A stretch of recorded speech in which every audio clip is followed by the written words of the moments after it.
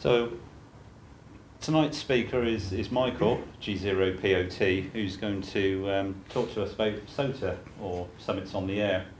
I'm sure most of you have probably either heard of it or worked or even done some activations on some of the local hills for SOTA. Started in 2002, I think, and went worldwide pretty quickly. A very popular award scheme, and still going strong. Anyway, I'll pass you over to Michael. Thank you very much. Good evening, gentlemen. Hello. We're going to plunge me into darkness. Fantastic. You don't you don't have to look at me then all evening. Let's say when, Michael. God, that's fine. As long as you can see the glorious pictures, that's fantastic. So I'm Michael G0POT. If you've ever come across me on Twitter or on my website or through my YouTube channel, you'll know that I really love outdoor operating. So operating radio outdoors. I really love tiny radios. I bought one of my tiny radios today. And I really love CW and QRP. So not unsurprisingly, I found myself drawn to something called Summits on the Air, or SOTA. So I'm going to assume that most people have heard of it, and maybe a few operators. We got any SOTA operators here? Yeah? Chaser or activator? A little bit of both at the same time. Fantastic. So you're going to be able to keep me honest tonight and make sure I don't tell any fibs. So what I wanted to do tonight was just give you a little bit of background about what SOTA is, for anyone who doesn't know. Talk a little bit about why you might be interested, certainly why I like it, and a little bit about how you go about getting involved in case you're interested. So let me see if I can drive this. There we go. The why, the what, the why, and the how. And when I talk about how you get involved, there are going to be two sides to it. Well, I just talked a moment there about chasing and activating. There's kind of two sides to SOTA. When it comes to activating, it involves a lot of climbing and hill walking, and there's a certain amount of safety and thinking around operating radio outdoors to do that. So I'm going to go into that in a little bit of detail. So what is Summits on the Air? It's an awards program, first and foremost. It's not, some people think of it as a competition or a contest. It's not. It's an awards program designed to encourage people to get out and operate out of doors on mountains. And from the Summits on the Air general rules, I'll just read their purpose. They say the purpose of SOTA is to encourage amateur radio-based activity from the summits of hills and mountains. We don't have very many mountains here, but we have plenty of hills.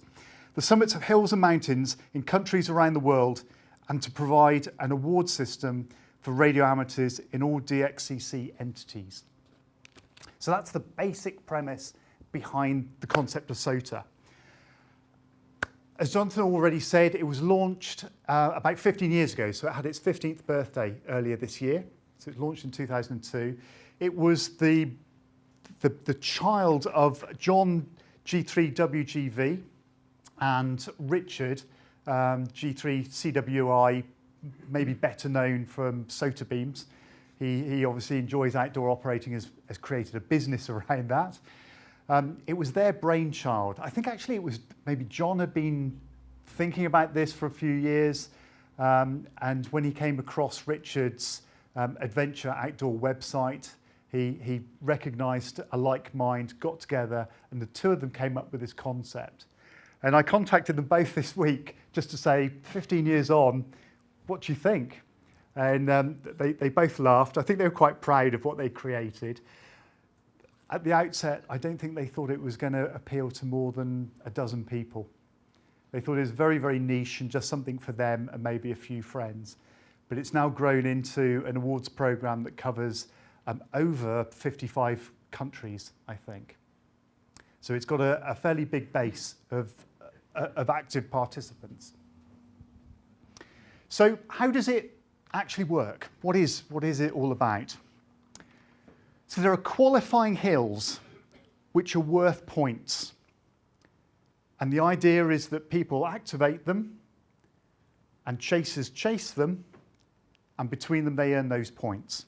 So what does that actually mean? I've talked about qualifying hills. What's a qualifying hill? Talked about points. What are the points we get? And I've talked about chasing and activating. So let's start with the qualifying hills. What qualifies as a SOTA summit? Well, the basic rules are that when you're on a summit, if you have a prominence of 150 metres, so it's 150 metres drop off from the top of a hill to the surrounding countryside, that's what classes as a SOTA summit. So at least 150 metres all around. Now, it doesn't necessarily have to be immediately around. So my local SOTA summit is Walbury Hill. It's actually part of a ridgeway.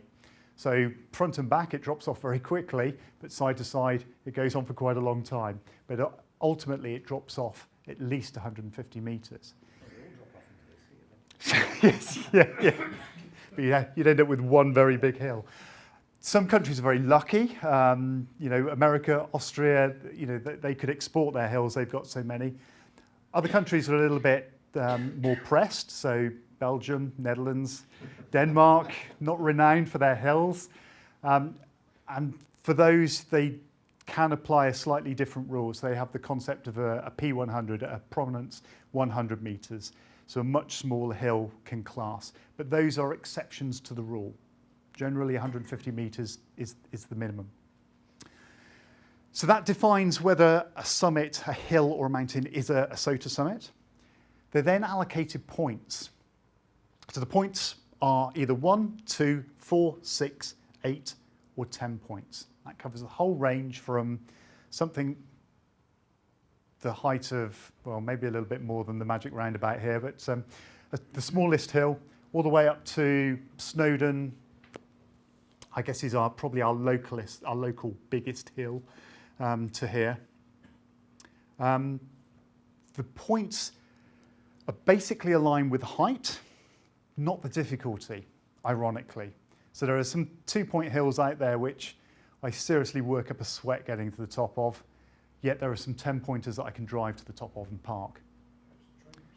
So it's, yes, you can, if you go at the right time of the year. So it's not a reflection of the difficulty, but it is a reflection of the height.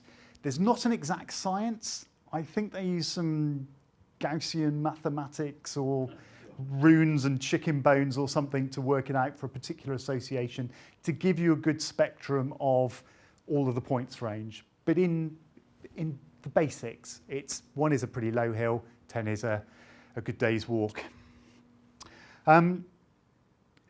So the activation then, what's that all about? How do you earn the points? To activate a hill, I have to climb up it. I'm doing all the hard work as an activator. And if I have contacts, when I activate that hill, I earn the points that are allocated to that hill. So my local hill, Walbury, is worth 1 point, 1 measly point. But I can park quite near the top, so I'm not going to fret about it. So if I operate from Walbury Hill, I can earn 1 point for activating that. I have to work at least 4 stations as an activator. So minimum of 4 stations, that's normally not that hard. Someone chasing me, and a chaser is someone who is lazy, hanging out in their shack with a huge, great radio, Coco, that 100-foot mast you've all got at home, and the big beam, yeah. So the chasers are basically sat at home in their shacks, chasing us activators. If they make a contact with me, they earn 1 point for that contact as well. Now, where it differs a little is if there's 2 of us operating on that hill, and that chaser works both of us, he still only gets 1 point. You only get 1 point you only get the points once a day. But that chaser can work the same hill the following day and earn another 1 point, and the following day and earn another 1 point. Whereas me as an activator, I can climb to the top of Snowden, earn 10 points for activating it, but that's it for the year. If I go back and operate from Snowden the next day, I don't get any points myself for it. I can give points away, but I don't earn any more myself. Even if you're camped out? Evening, yes, yeah. So at the end of the year, what you could do is go up on the 31st of December, operate in the evening, and then camp overnight, but it's a bit chilly, I can tell you that much. So yeah, typically for activators, it's once a year, and that kind of encourages activators to go and operate from lots of different hills. That's kind of some of the drive behind that. And the last cheeky little thing we got here is a winter bonus, which I love. So if you operate a summit between November and March, because of the extra challenges of it being bloody miserable in the UK, let's face it, but most places it's much colder during the winter, we get a bonus if you work a hill that's over 2 points. So 2, 4, 6, 8 or 10, you earn an additional, 3 points for working during the winter months. So that means I can work a 2-point hill and get 5 points for it. Woohoo. The ultimate aim, I guess, of an awards scheme is to earn points to get prizes, to get certificates. I guess in a second I'm going to talk about why we do this. I guess some of the driver is that as radio amateurs, I don't know, are we something on the autistic spectrum? We like collecting things, don't we? QSL cards, WAB squares, we're collectors. So this is just another thing to collect, working hills or activating hills and earning points for it. I think we've got some other examples of chasing certificates over there, haven't we? And mine's activating. So, why do we do it? What gets us out there onto the hilltop? Well, obviously the sun and beautiful views that you get from the vista. Oh no, not this one. This is the reality of SOTA. This is the operating from inside thick clouds, so you can barely see your hand in front of your face, freezing your nuts off, standing into the gale. This was down in Wales earlier this year. I think my glasses are completely fogged up. It was a miserable day, but a fun activation. Here we go. This is more like it. This is what drives me to do it, I think, more than anything. I climbed 3 summits earlier this year in Snowdonia. I'm actually sat on the top of Clwyth, which is alongside Snowden. And after I operated Clwyth and then climbed Snowden, I then dropped down to Arran, which looks tiny there. That's only 700 meters high. But it was 10 hours of walking and operating. Now I picked a day, the first day in the year where I knew the conditions weren't going to be too bad, the view was going to be good. I've gone specifically when I know the skies are going to be reasonably clear. But it was windy and cold. So I think the temperature was about 4 degrees at ground level. Up here it was about 0, -1. But there was about an 80-kilometre-an-hour wind blowing on this day. And the chill factor was like -10, -11. It was freezing. However, when I got to the top of this first hill, Snowden itself, full of people, open to the elements, horrible. But Clwyth, it has a really flat side to it, and the wind was hitting the side, shooting up it, and creating a little vortex, a little bubble of calm at the top of it. And when I got here, there was no one else here. This was a struggle of a climb on my hands and knees through the rocks and snow here. When I got to the top, there was no one around. It was beautifully calm. It was actually sunny. It was really nice, and I had this fantastic vista out over North Wales, out towards the coast and the sea there in the distance. Absolutely fantastic. Wonderful moment sat there. Like 20 minutes later, I was frozen to the bone because, of course, although it was not windy, it was still bloody cold. So, but I soon warmed up with a little bit of walking. I think people are driven to do SOTA for different reasons, but this for me is what it's all about. I love the activating, I love the climbing, and I love these magical moments when you get these fantastic views. So, you're maybe inspired. How do I get started? How do I go and get involved in SOTA? Well, I recommend the first thing is doing a little bit of chasing.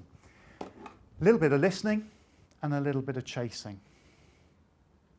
So how are you going to find these SOTA activators? Because when you think about it, we are up on a hillside with tiny little radio, QRP typically, ineffectual antennas, few meters off the ground because I've got to hold it up with a walking stick or a fishing pole. I'm not a big signal to be found, and you've got to pluck me out of a busy band, typically at the weekend. So there are some tools, and I'm going to take you through a number of different tools. I did put the URL at the top, but at the end, I'm going to put up a URL for a portal for SOTA. If you go to that one portal, it points you to pretty much everything else you need. So this is a SOTA watch page, and what we can do as SOTA activators is post up when we're active. So I can climb up a hill if I've got internet access from my phone and get online and post up a spot for myself so that you can see where I am, the hill I'm on, the frequency and the mode I'm using to help pinpoint me. Now obviously mobile companies, the thieving horrors they are, for some reason don't put mobile towers at the top of every mountain, which is really annoying. Why don't you do that, Ken? Why don't we have good coverage? Yeah, okay. Yes, there's not enough money to be made. So often you can't, it's difficult to spot yourself. There's a second option for me. There's a portal that I can SMS. So if I've got at least 2G access, I can SMS a spot for myself, and that gets routed through to here and posted. Otherwise, I'm either dependent on a SOTA chaser finding me in a busy band, working me, and then thankfully, and I bless them all for doing this, getting online and spotting me. And I hear it time and time again. I'll be working, calling, getting nothing. I work one person, about 2 minutes later, poof, it's a massive pile-up. And you think, thank you for spotting me. The last thing is, as a CW operator, and I do tend to do SOTA as CW, trying to make the most of that minimum amount of power. There's a bit at the bottom of this page called upcoming activations, and it allows people to post when they're going to be activating a summit and all the details and frequency. Well, if I post my details in there, when I start calling CQ SOTA, I'm doing Morse here just in case it looks a bit weird. When I start doing CQ SOTA, RBN can pick that up, and there's a link, they call it RBN Hull. So RBN Hull, in fact, there's a post there from RBN Hull. RBN can help automatically spot me by linking with this facility.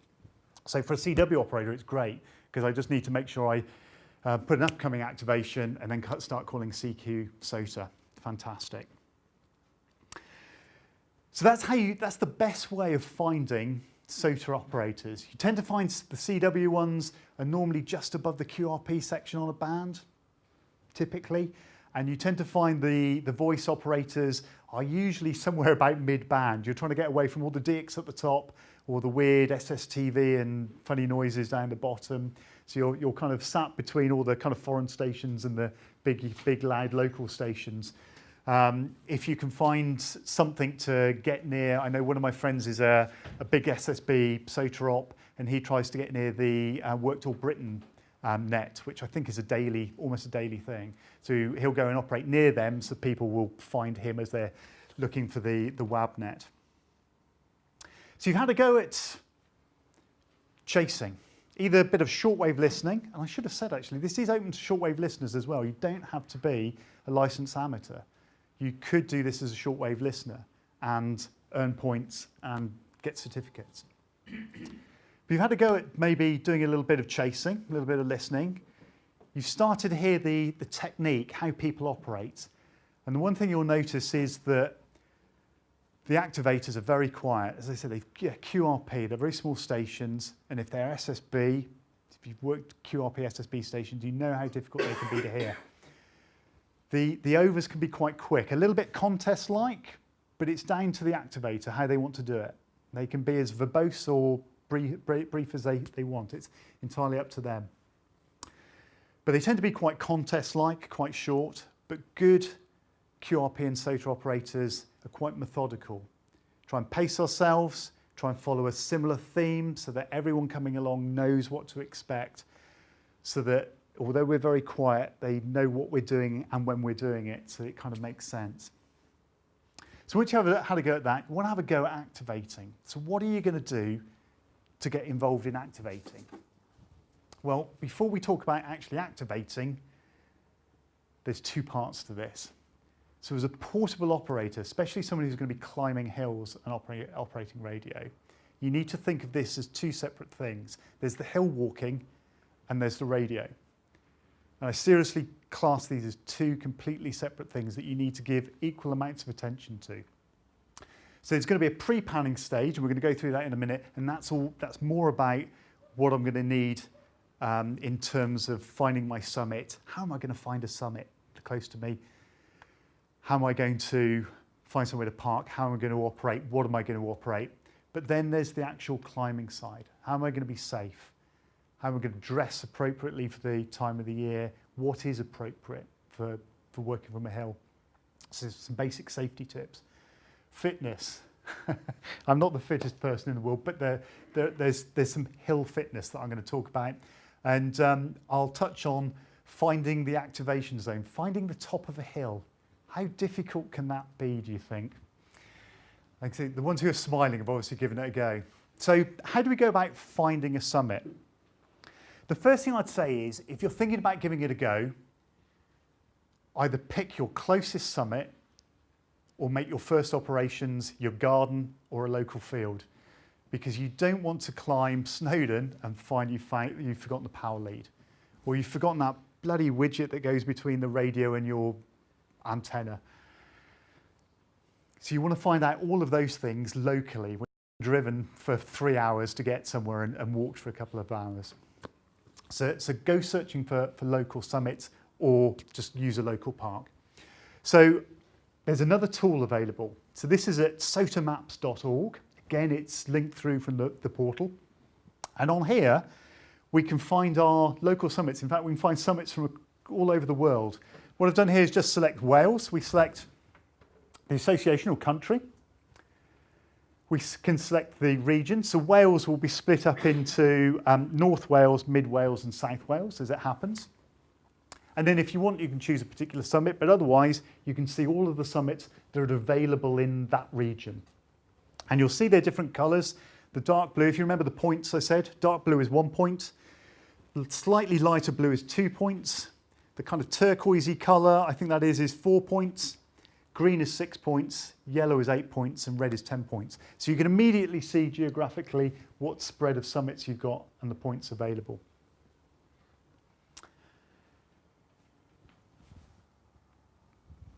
So, by clicking on one of the summits, click on one of the triangles, it pops up a little box with a little bit more information on your summit.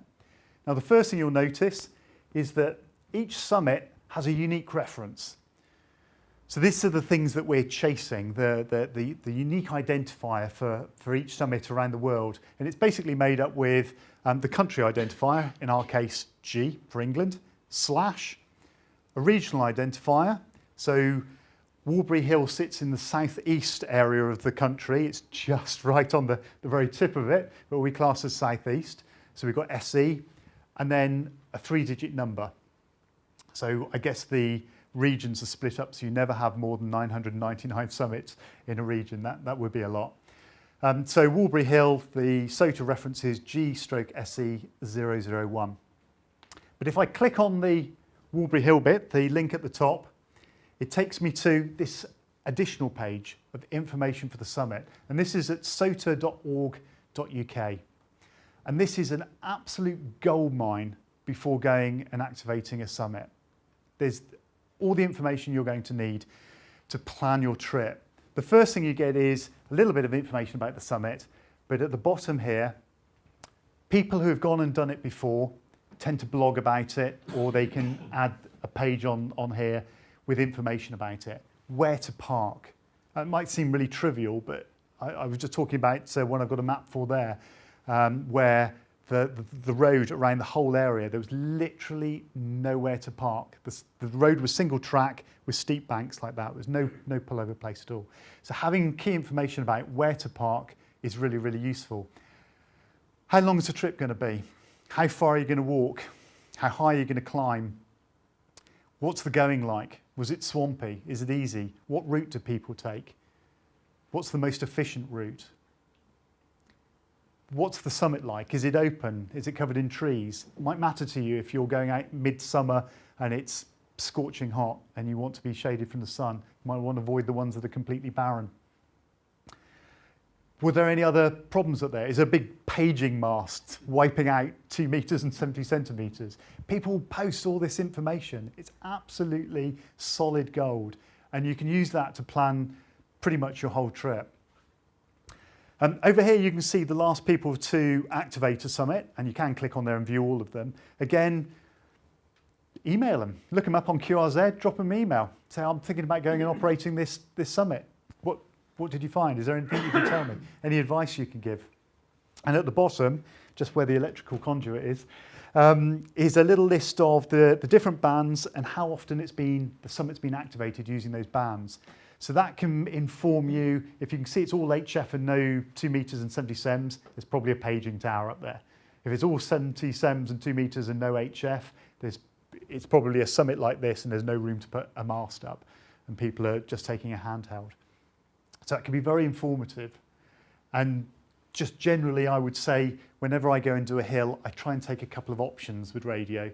So I typically, HF, I like to work HF. I can give points away over the whole of Europe then.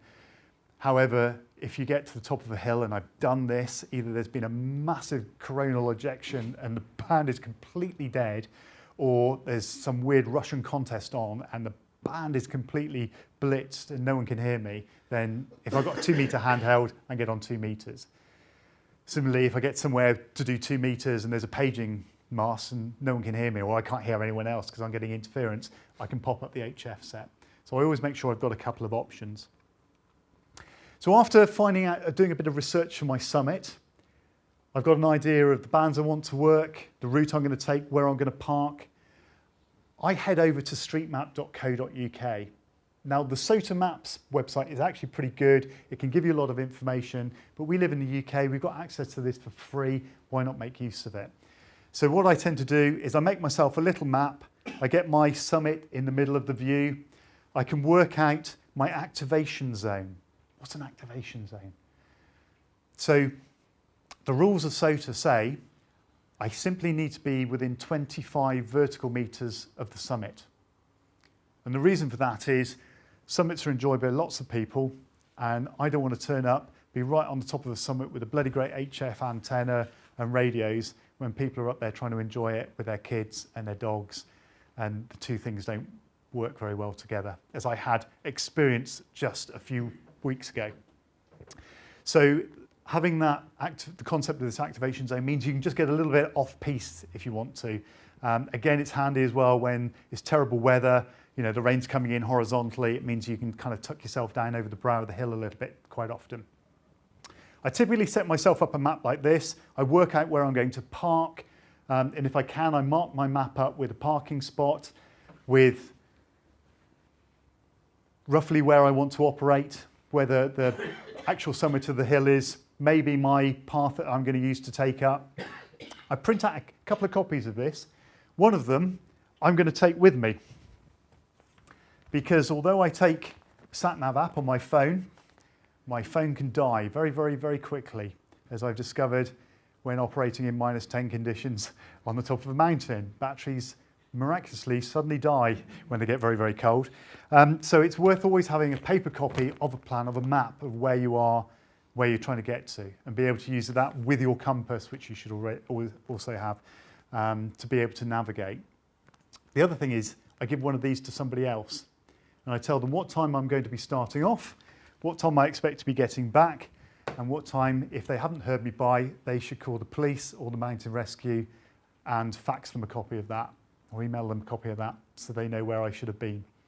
Sounds really stupid. You might think, well, if you're just going to the top of Walbury Hill, is it really worth it? Okay, some of the hills, maybe not, but when you're doing a big walk or a tall hill or a challenging hill, you don't want to find yourself stuck up there on your own with a twisted ankle, broken leg, whatever it is, and no one know you're there. So it's really worth making sure you share with somebody where you're going to be. And it's particularly difficult in Wales because sometimes there's no phone coverage, and even when I get down to the bottom of the hill, sometimes I have to drive 20 miles before I can pick up phone coverage. So try and factor that in when I'm telling people what time do they expect to hear from me. So there's my planning. So I've thought about the hill. I've read up all the information, where to park, where my activation zone is, what frequencies I might want to use. I've packed my bag. What next? Right, dressing for SOTA. So anyone who's done any hill walking will know this. This is common sense to you, but if you haven't done any hill walking, it's not necessarily so obvious. So when you park at the bottom of the hill and you think, God, yeah, lovely day, nice and sunny, barely a breath of wind, it's going to be a great day. By the time you get to the top of a decent hill, it's already a couple of degrees cooler. There's going to be a breeze. There's maybe no cover, so you're going to be exposed to either brilliant sunshine, and we do get it occasionally in the UK, or horrendous rain. It tends to be one or the other. And you're going to be sat there operating for however long you've planned to operate. Might be very quick, but typically I find by the time you've set up, settled down, started, worked through a nice little pile up, it can be 30 minutes, hour and a half, depending where you are. You cool down really quickly. Cool down incredibly quickly, even in warm weather. I worked a couple of hills down in Wales, must have been end of August. It's a brilliant day, really nice day, nice and sunny. But after an hour of sitting there and I'm doing the key thing again. This is me doing a paddle this time, not a straight key. This is a paddle, this is a straight key. Just an hour of sitting there doing that, I could really feel the difference, and I've dressed properly for it. So you want to take plenty of layers. When you're doing your walking, you can get them off, so you're not sweating too much. You don't want to arrive at the top dripping wet, but then as you get close to the top of your hill, you can start just popping them on. And I find now that I get my stuff set up, and I have to remind myself to get my clothes back on again before I start operating, because otherwise you call CQ, you spot yourself, all of a sudden you've got a pile up, and 3/4 of an hour later, you're suddenly thinking, I'm really struggling here, and hypothermia is setting in. You learn to spot the signs of hypothermia, but they're not necessarily obvious to you at the time. I've worked a few contests from hilltops where you suddenly find you're struggling to remember the whole call sign after hearing it just once, and you have to ask for a repeat. Or you're finding that before you can finish writing the call sign down, they're giving it again because they're impatient. They're thinking, did you not get it? Why aren't you responding to me? And you realise you're starting to slow down. And that's the first signs of hypothermia. And by that point, it's already a little bit too late. You need to get off your arse and get jumping up and down, star jumps, whatever it is, get yourself warmed up. Because from that point on, it just gets worse. And unfortunately, the more you suffer from the cold, the less capable you are of overcoming it and doing something about it. Similarly, just protecting yourself from the sun. It's very easy on top of a hill. You've got that lovely cool breeze blowing across you. You don't realise that you're looking like a lobster after about 30 minutes. So be prepared for, I tend to take a hat with a big brim, always have sun cream, got sun cream in the bag, just for those rare occasions where we do get some. But yeah, you want to think about the environment that you're going to be walking and operating in. Specifically because everyone else is walking up and walking down, you're walking up and staying still for up to an hour.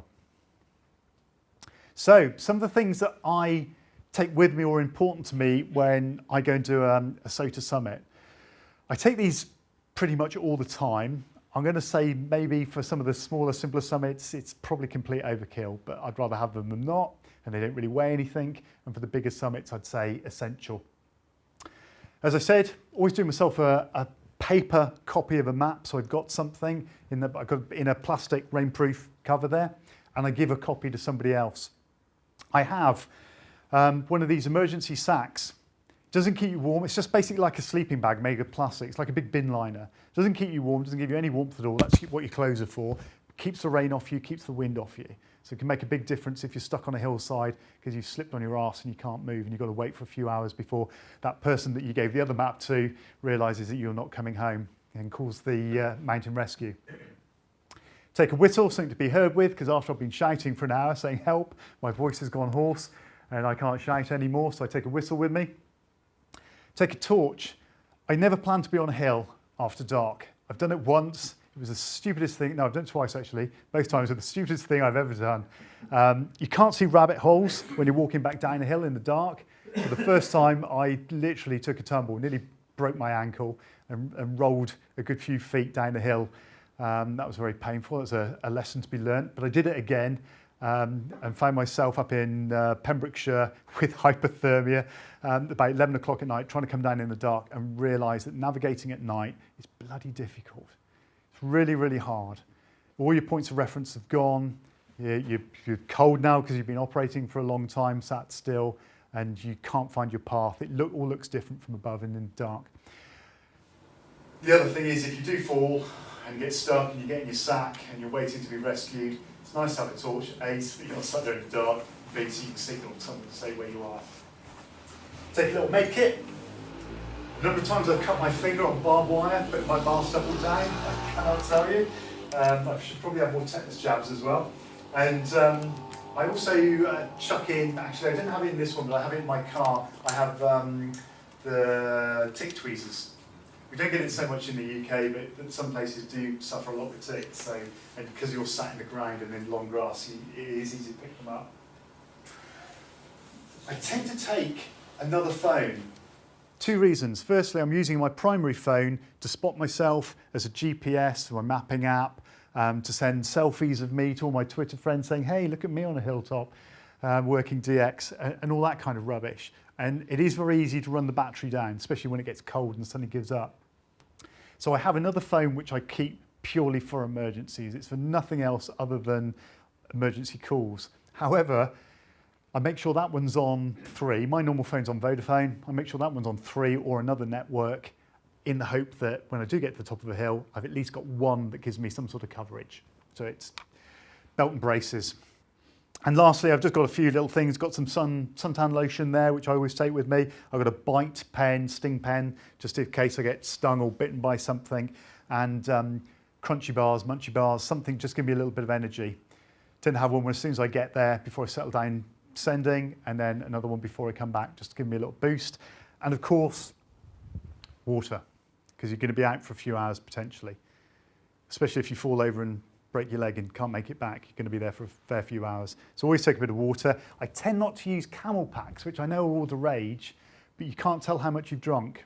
So if you're doing something like Snowden, a proper hill, you can't monitor how much you're drinking. It's very easy to go through all your water in the first hour and then have nothing left the rest of the day. So I tend to take little bottles and just that way I can monitor how much I'm having. It's easy just to screw them up and chuck them in your bag when you're done. So that's a little bit of safety. Walking fitness, just basically, there's a difference to walking up a hill than to walking on the flat. Sounds stupid, but there is. So when I'm doing a big walk, like my Snowden one was 10 hours going around those hills, I do a lot of on the flat walking just to get the fitness up, but I also try and get as much hill walking in as I can, up and down. It's very difficult around here. We don't really have very many hills, but it's important just to stretch and use different muscles, and you really feel it when you start getting on a proper hill on the front and back of your calves. So yeah, it's good to just do that extra little bit of limbering up before you get hill walking. If you've never done a big hill, don't just go straight for it. Go and do some small stuff first. There's nothing worse than getting set off to do a SOTA and all your gear on and get halfway up and then have that dilemma of, actually, I'm not sure whether I can make it or not. Should I keep going or not? Because the answer is no, you shouldn't.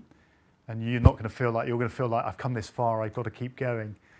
And at that point, you're just begging for mountain rescue. So I talked about finding the top of the hill, the activation zone. Why might that be difficult? Well, actually, there's quite a lot of hills I've been to the top of where it's been quite difficult to find the top. Either they're covered in trees and bushes and the going and the visibility is poor, or this is Leith Hill, I think Guildford direction, that I did at possibly the end of last year, where I got to the top and it was just thick mist. And I had literally no idea where the top was. Now, fortunately, I'm using a little sat-nav app on my phone, so I can just flick it on, see where I am, reacquaint myself with where I need to be, and off I go. But if I was relying on paper maps, that would have been a little bit more of a challenge. So I've been in a couple of situations where actually finding the top of the hill has been a bit challenging. And some of them aren't that distinct. They can be very long, extended areas. Now, in those cases, you tend to have just a massive activation zone, which is great. But if the contours don't allow for that, you need to make sure you've got within 25 vertical meters of the actual summit. So let's get on to a little bit of radio stuff, because that's what we all love at the end of the day, isn't it? So I was just going to take you through a few radios, batteries, keys, stuff that I like taking with me. Maybe talk a little bit about voice and CW, spotting and logging, and I've already kind of touched on consideration for other hill users. So a lot of people say to me, what's the best radio to use for SOTA? And my answer is always the one that you've already got, that you can run off batteries and that you're happy to take up to the top of the hill. Because you might do it and hate it, and you don't want to have invested any money into it. So the best radio to get started with is one that you've already got. Just go and give it a go. When you've tried it a few times, you can get a feel for what is it that you want to do, what's going to work best for you. And as I said at the beginning, I love small radios. I'm just a bit of a small radio geek, but I love trail-friendly radios as well. And you can see the plethora of trail-friendly radios here with all the controls on the top. They're just particularly handy for chucking in the grass. Everything's facing up. You can see it all, touch it all. The little mountain toppers, although they seem very simplistic, there's no tuning knob, no volume. Actually, I found that to be a bonus, because the number of times that I'm operating on a hilltop and you're trying to balance everything, you know, it's all deep grass, you're trying to balance a radio on a knee and a key on another knee, and you log on your lap, and you nudge the tuning control. And you think, Christ, what frequency was I on? Can I find my way back to that QSO? So actually the little trail friendly without the tuning knob are really good. If not, finding the lock function on your VFO is a real positive. The 817 is, of course, an absolute staple. It's brilliant because, of course, you've got HF and 2 meters all stuffed in one radio, which is perfect. They are a bit battery hungry, though. And as I said, I tend to try and take a couple of options. So what I will normally take is one of my HFCW radios and a handheld. And the handheld has another purpose. Firstly, it's great if the HF isn't working and I can just use it to call a few HF contacts. But the second thing is, if I fall on my arse and my phone doesn't work, potentially I can use my 2 meter handy to reach somebody local and ask for help. So it has a double purpose. Aerials. So I'm taking HF and 2 meters. You can, of course, just go for 2 meters. You can just go with your normal rub duck on the radio. When you're up on top of a mountain, it's pretty good. But I find having something a little bit external to the antenna, the radio, a little bit bigger, makes a huge amount of difference. And we just happen to, my lovely apprentice here has brought something already made up. So you've actually got something equivalent to this already made up over there in a horizontal format. This was something that SOTA beams used to make. They don't make it anymore. It's basically a 2 meter dipole made out of plastic conduit with a couple of extra lengths. You can get a bit of height on it. I tend to stuff mine in my bag to use my bag as a base for it to hold it up in the air. But if you're somewhere with rocks or a fence post, you just strap it to the rocks or the fence post and it gets the aerial up in the air. You can set it up as a vertical or a horizontal. In fact, I might have a picture. Here we go. So there it is, set up as a horizontal for a bit of SSB with my FT817, and that is on Arran, looking towards, that's Clwyth, and that was Snowden. So that's on Arran, set up as a vertical, just using my FM handheld. Lovely and light, doesn't really weigh anything, doesn't take up a lot of room, I just strap it on the outside of the bag. For HF, I want to try and avoid having to take things like aerial tuning units. It's one more thing to break, it's one more thing to get a patch lead for, it's one more thing to have to fag around with while you're trying to get set up, you're laying it in the grass, the knobs are getting turned every time you move. So I try to take tuned antennas. And my two go-to are a basic dipole. So what I've got here is a travel mast. So this is a telescopic fishing pole type mast. It's about 10 meters long. It weighs quite a lot. I think this is about that's about a kilogram, maybe a little bit more than a kilogram. So it's not light, but it is fantastically effective at getting a dipole up at a reasonable height. I use the two elements of the dipole as two of my guys, and then I take an extra reel of string to use as a third guy, rather than using separate guys and antenna. But if I can, I strap it to a fence post.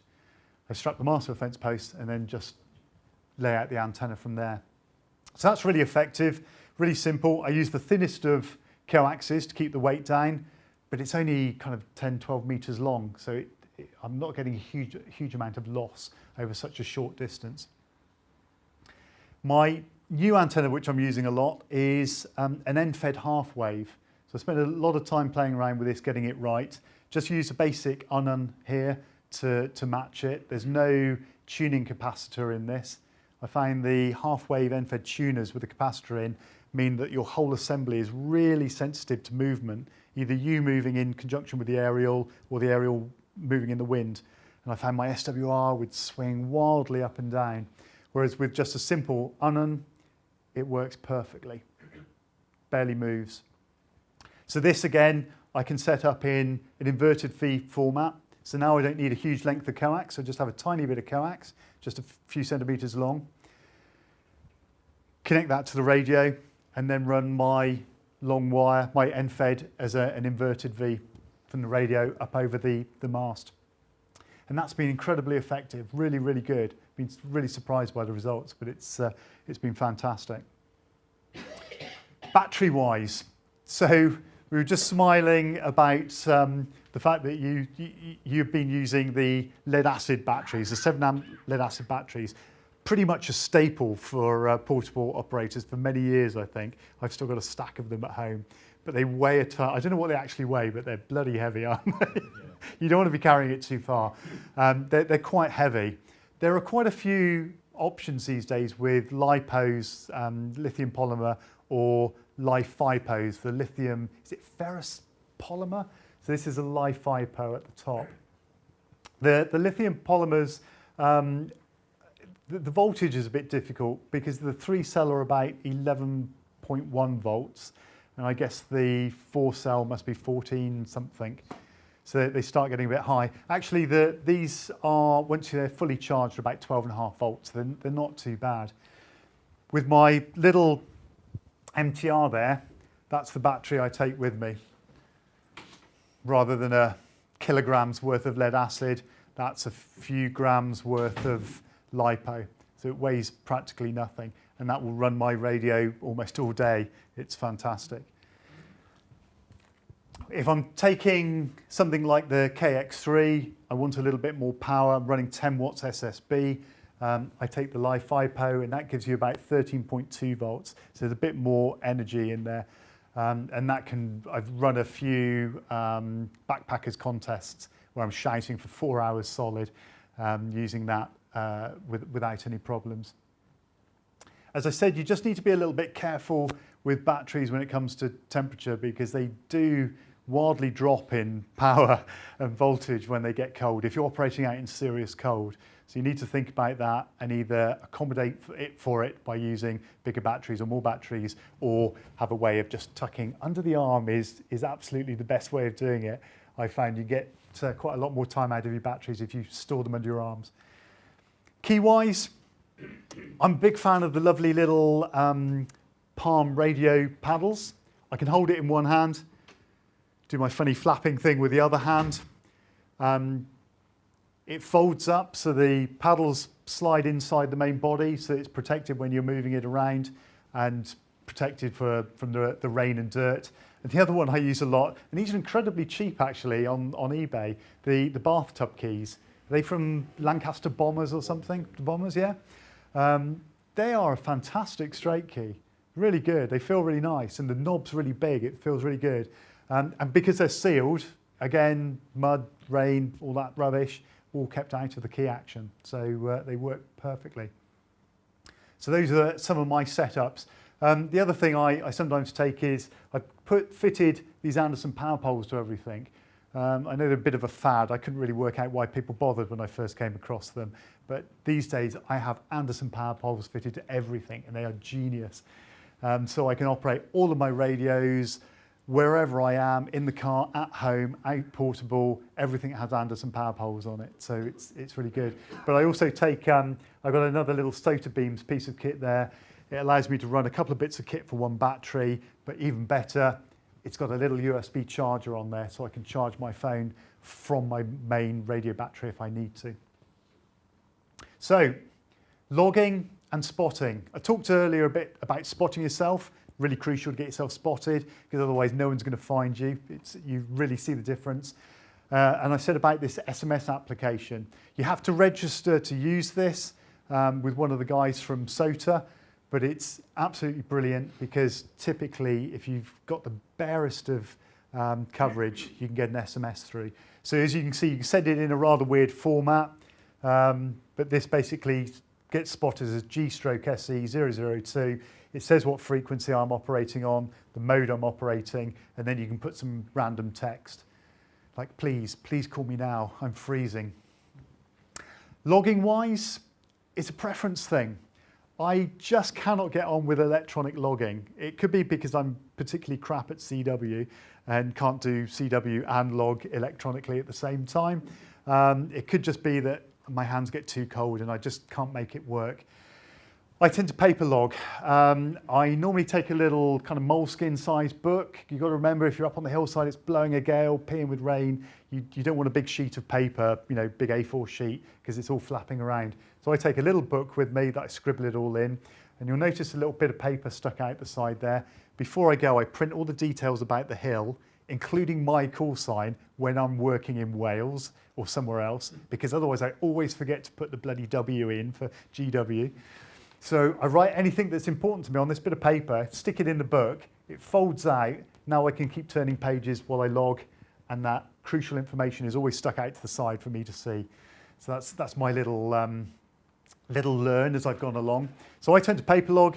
This is my friend James, he's an electronic logger. He does it all electronically, and the beautiful thing is that when somebody calls him, he can go back and say, John, yeah, thank you very much, and do that little personal thing, whereas I talk to the same people over and over again, and I still can't remember their names. I feel really embarrassed about it.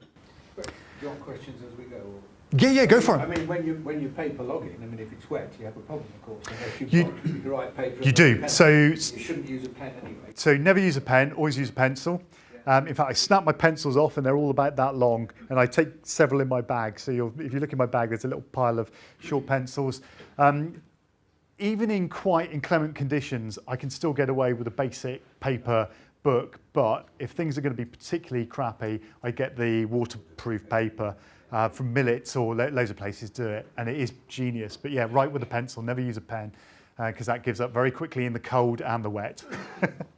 The trouble with electronic logging is as well, again, cold, the batteries are going to die really quickly, quicker than you are going to expect. But also the touch sensitive screen can be a little bit erratic in cold and wet.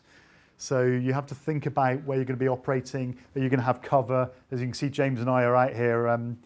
It was so windy this day. I am here holding the antenna up in the air like this while he operates, and then we swapped over. But yeah, fortunately we didn't have too much rain, but I imagine James has a few problems when we do have rainy conditions. So after you've operated, whether you've been chasing from the comfort of your warm shack, or whether you've been manning it up like us and getting outdoors in the cold, what do? Well, you can go to the sotadata.org.uk site, and this is where you upload your logs. Now you can either do, if you've logged electronically, you can obviously upload I think it's an ADIF format, and upload your logs this way. I paper log, so I have to type them all in. To be honest, that's no great hardship. I might work a few dozen stations, maybe the worst I've done is probably 40 or 50 in a big activation. And you don't have to put an awful lot of information in, literally the time, the call sign, and once you set the band and mode, unless you changed at some point during the activation, you literally just keep adding time, call sign, add, and it pops them all in here for you, and you submit those.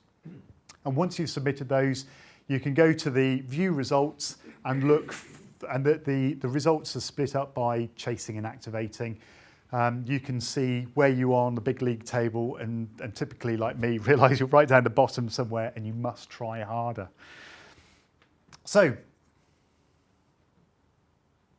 with that, I hope that's been a slightly informative introduction to SOTA for those who haven't tried it before. I hope those who have tried it have acknowledged some of the common experiences and enjoyed that. If anyone has got any questions, happy to take them now. Otherwise, happy to take them after. I've got a little bit of my SOTA gear here as well, just to show you. So I've got that end-fed antenna. I've got the little mountain topper and Morse key on the side. I've got my trusty SOTA pole, which is has lasted really well these days. And because I am such a softie, I can't sit on the wet ground anymore. I'm just too old for it. And I've tried all sorts of foam pads and stupid stuff like that. So I've recently bought myself a decent armchair to use at the top of the mountains, but that's only about 600 grams. It's still super light, but so I've got some stuff there. Please come and have a look at it. Any questions? What does your kit weigh altogether? Do you know, that is a really good question, and I know what kind of individual bits weigh, but I don't know what the whole thing is together. Because things like my whole radio station here, all the leads, battery, radio, everything is only about 300 grams. As I said, that is about a kilogram. That's probably the heaviest thing I take.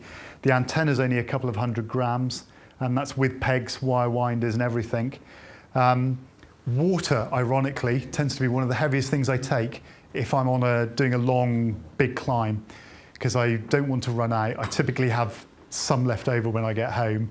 I've gone with the assumption that something might happen and I might not come back quite as quickly as expected.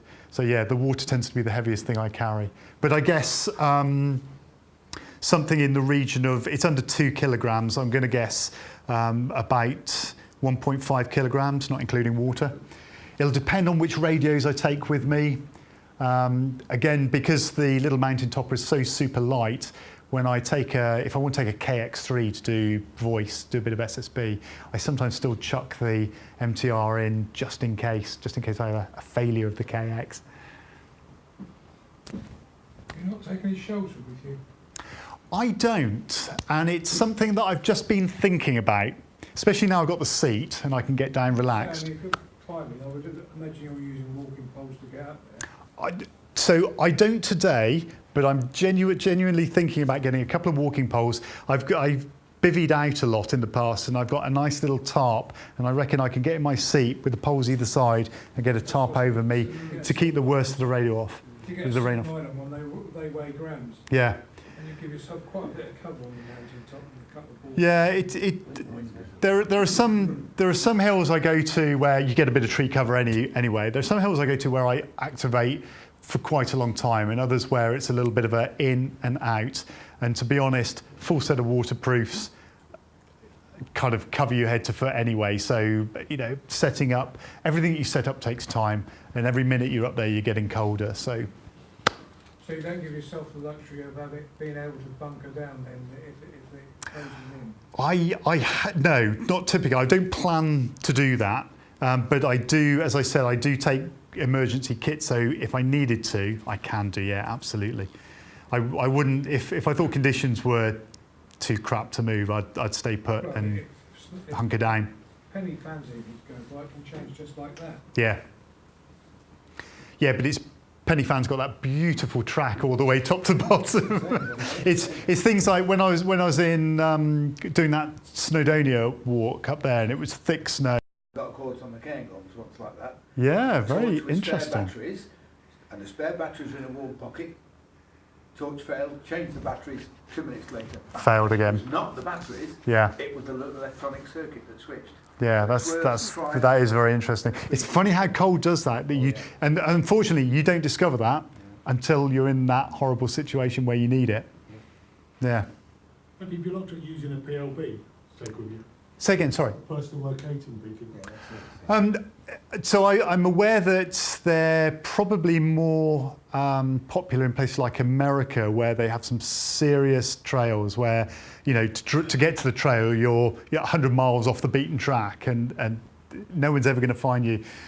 I've not looked into using anything like that in the UK because I've never walked anywhere where I felt I wasn't going to see somebody within a few hours. And because I have the backup of letting somebody know where I'm going to be and everything, I kind of feel like I got that backup. I guess there's a price point to that as well, isn't there? Because I think, do you have to subscribe to some of these personal beacon? They cost about 160. Okay, yeah. So you have to register them, but then you pull yeah. the button and they're supposed to get you within 20 minutes with a helicopter. I guess if you've got them, you've got them, and you know you've got that to fall back on. Yeah, I've never felt the need to because I've never gone out for a summit where I felt it was that isolated. Not so much of a problem though, is it? It's more if you fall down into something. That's true. Yeah. You know, for some reason. If Yeah, you fall and roll off the beaten track and no one sees you. Yeah. You mentioned about a website that points to all the, is that the one? Yes, yeah. Sorry, and ironically, of course, it doesn't show very well on the list. So SOTA.org.uk. That's like a portal. It points you to all of the other sites that we've seen today, with the exception of the streetmap.co.uk. It doesn't include that, and it also includes there's a reflector, a little discussion group through there as well. So again, the guys on there are great for information, great for support, and sharing information about operating in hills. Never put any APRS on. I don't. A lot of people do though. In fact, it's getting more and more popular, I think. Now, I just don't happen to have the setup to connect to a radio, but I know a few people that. A lot of Jesus. Yeah, well, yeah, I do. Yes, yeah. Got it in. But it's all battery usage, isn't it? It is, There is yeah. that, yeah. I mean, if I were to do that, I would take it as a separate thing that was going to be independent from my comms or my emergency comms. Another possible. Yeah. So I've come across a lot of people in America and a few other places that use it because they know they're not going to be able to spot themselves well when they get to the summit. So it's their way of telling people where they are on the climb, especially when it could take you 3 to 5 hours and you can't be exact when you're going to be operating. So I mean, I must admit, we use them quite a lot anyway as trackers. They are obviously reliant on you getting to something that can digi that for you. Yeah. Which, if you're on a hilltop, probably got a better chance of getting something. they must work because a lot of people do it. Yeah. And I think as the price is coming down, it's becoming more popular. I use APRS. Yeah? It works fine from the top of the Breaker beacons. Yeah. It doesn't work till you get nearly to the top. But Yeah, that's yeah. They start coming through the packets. At least people then can see that you've arrived at the top. That's when you want them to know it. I usually put that in the comment when I spot myself. I put in there, check APRS for the exact timing. Fantastic. And you can see exactly when I get to the top. And do you just have that built into a walkie, or have you got an external? So I've got it on the camera. Yeah. Yeah. But if you're carrying a mobile phone, you can just do it off your mobile phone. Okay. There's APRS droid runs off your mobile phone, won't use your radio at all, it'll go straight through. As long as you've got a phone I signal, must. it'll, I must have a look at that then. That's. just leave it running on your mobile phone and it'll track you. Although I already run my battery down on my mobile phone with everything. It means you've got the GPS on, but you've got that on anyway. Yeah, I tend to have that on because of the because I'm using the maps anyway. Yeah. And if you've got that on anyway, then Yeah. it's not going to use a lot extra to it. It's called APRS droid if you want that on. Okay, I'm just going to check that out. Apple. Anything else? Yeah, come on. Yeah, as I said, one thing I tried a few years ago alongside SOTA was humps on the air. I'm not sure whether that's still going. I think it is. Yeah, humps, and there's another one as well. No, is it, I want to say wimps, but I don't know whether it is. Is it? There are a number of different Marilyn's and humps, and there's a number of different descriptions of specialist kind of Wainwrights on the air walks. Valley's on there every morning. Not too many contacts. Yes, yeah. You won't want to be doing VHF for that, would you? Anything else? Guys, I hope you found that interesting and a bit of fun. And thanks very much. Cheers.